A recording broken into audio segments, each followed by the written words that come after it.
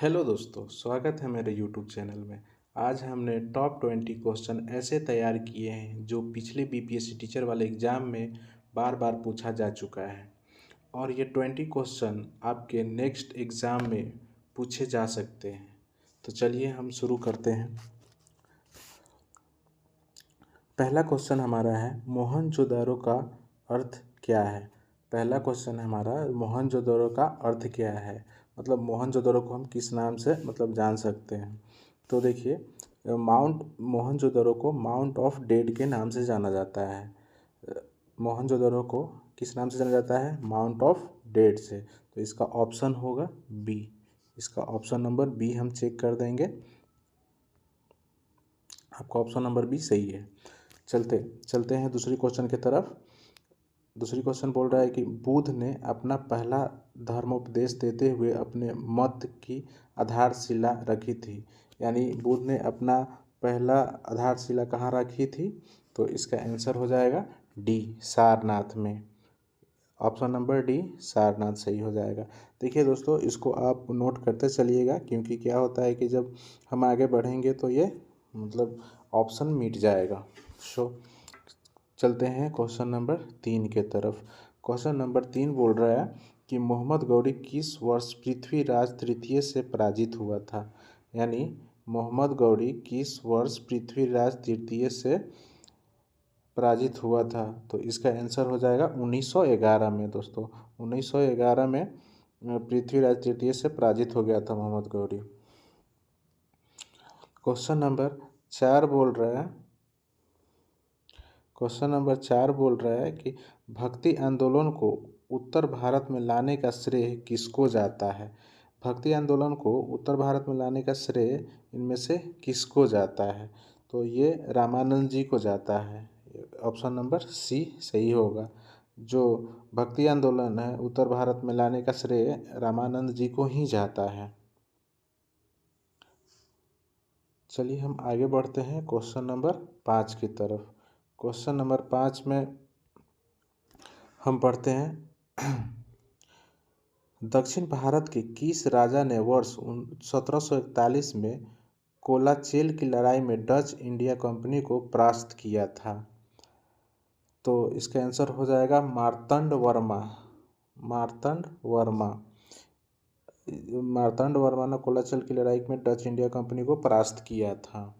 Question number 6 बोल रहा है सिराज उद दौला किस युद्ध में अंग्रेजों से पराजित हुआ था। यानी सिराज उद दौला जो था किस युद्ध में अंग्रेजों से पराजित हुआ था? वो है प्लासी का युद्ध। प्लासी के युद्ध में सिराज उद दौला पराजित हुआ था। 7 नंबर क्वेश्चन में चलते हैं दोस्तों।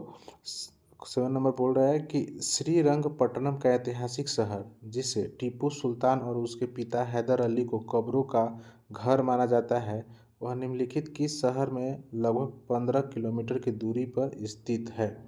तो देखिए, इसका आंसर हो जाएगा ऑप्शन नंबर सी, यानी मैसूर। जो मैसूर जो है शहर से 15 किलोमीटर दूरी पे स्थित है। आप नोट डाउन करते चलिएगा, क्योंकि आंसर जो है मिट जाता है, इसलिए आप लोग नोट डाउन करते चलिएगा। क्वेश्चन नंबर 8 में हम लोग चलते हैं। क्वेश्चन नंबर 8 बोल रहा है बिहार में 1857 का नेतृत्व किसने किया था। जो बिहार में 1857 विद्रोह जो हुआ था उसका नेतृत्व किसने किया था? वो किए थे कुंवर सिंह ने। किसने किया था? कुंवर सिंह ने। क्वेश्चन नंबर 9 पढ़ते हैं। वर्ष 1632 में बिहार के पटना शहर में कौन सी कंपनी ने अपनी फैक्ट्री स्थापित की थी। जो 1632 में बिहार के जो पटना शहर है उसमें कौन सी कंपनी अपनी फैक्ट्री स्थापित की थी। तो इसका आंसर हो जाएगा डच इंडिया कंपनी ने अपना फैक्ट्री स्थापित किया था। 10 क्वेश्चन नंबर 10 में देखते हैं बिहार में कांग्रेस का प्रथम अधिवेशन कहाँ रखा गया था। जो बिहार में प्रथम कांग्रेस अधिवेशन जो रखा गया था वो था पटना में रखा गया था। तो इसका आंसर ऑप्शन नंबर ए हो जाएगा।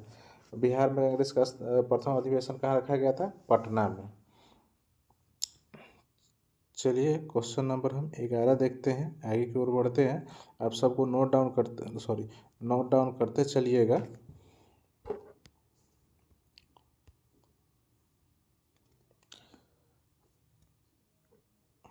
क्वेश्चन नंबर 10 को देखते हैं। बिहार में 10 तो हम लोग कर चुके हैं। अब हम लोग चलते हैं क्वेश्चन नंबर 11 की तरफ।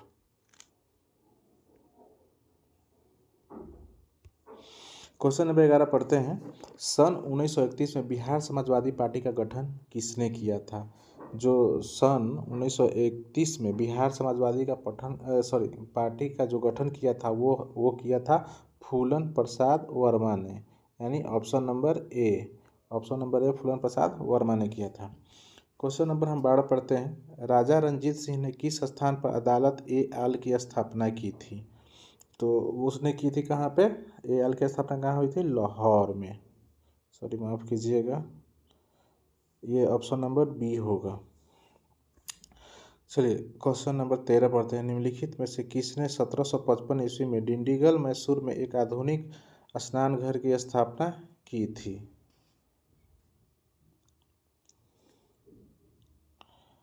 तो क्वेश्चन नंबर 13 बोल रहा है सन्नागर की स्थापना की थी। तो 13 नंबर क्वेश्चन का हो जाएगा बी, हैदर अली ने किया था। क्वेश्चन नंबर हम लोग 14 की तरफ बढ़ते हैं।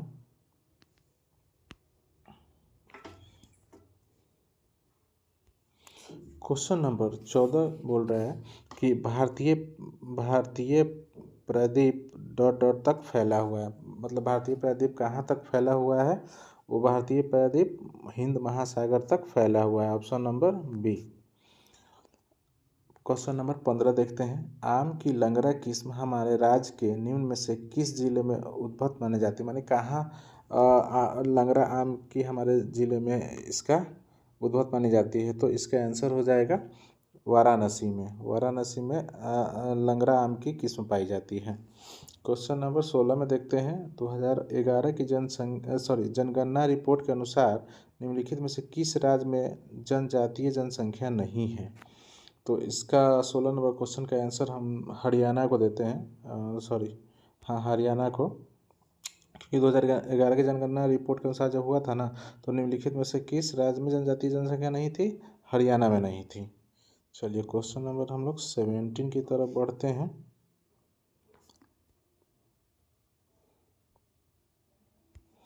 आकाश का रंग 17 नंबर क्वेश्चन बोल रहा है आकाश का रंग नीला दिखाई देने का कारण क्या होता है? देखिए, आकाश का जो रंग है वो प्रकाश के प्रकीर्णन के द्वारा नीला दिखाई देता है। ऑप्शन नंबर बी इसका राइट आंसर है। 18 को हम देखते हैं। निम्नलिखित में से कौन सी एक नदी भारतीय गंगा नदी बेसिन का हिस्सा नहीं है? तो निम्नलिखित में से कौन सी नदी भारतीय गंगा नदी का बेसिन हिस्सा नहीं माना जाता है? तो वो है जोंक नदी, माफ कीजिएगा, जोंक नदी इसका सही आंसर होगा D. Option D is right answer. Question number 19 की तरफ बढ़ते हैं। पदार्थ की इनमें से किस अवस्था का घनत्व न्यूनतम होता है? देखिए, जो गैसीय होता है ना, गैसीय पदार्थ की इनमें से किस अवस्था का घनत्व न्यूनतम है? तो गैसीय का जो घनत्व होता है एकदम न्यूनतम होता है, यानी option B is the right answer.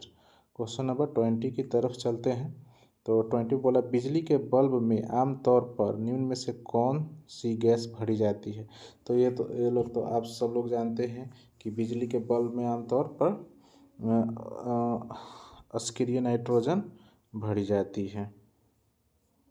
तो डी इज इसका करेक्ट आंसर हो जाएगा इसका।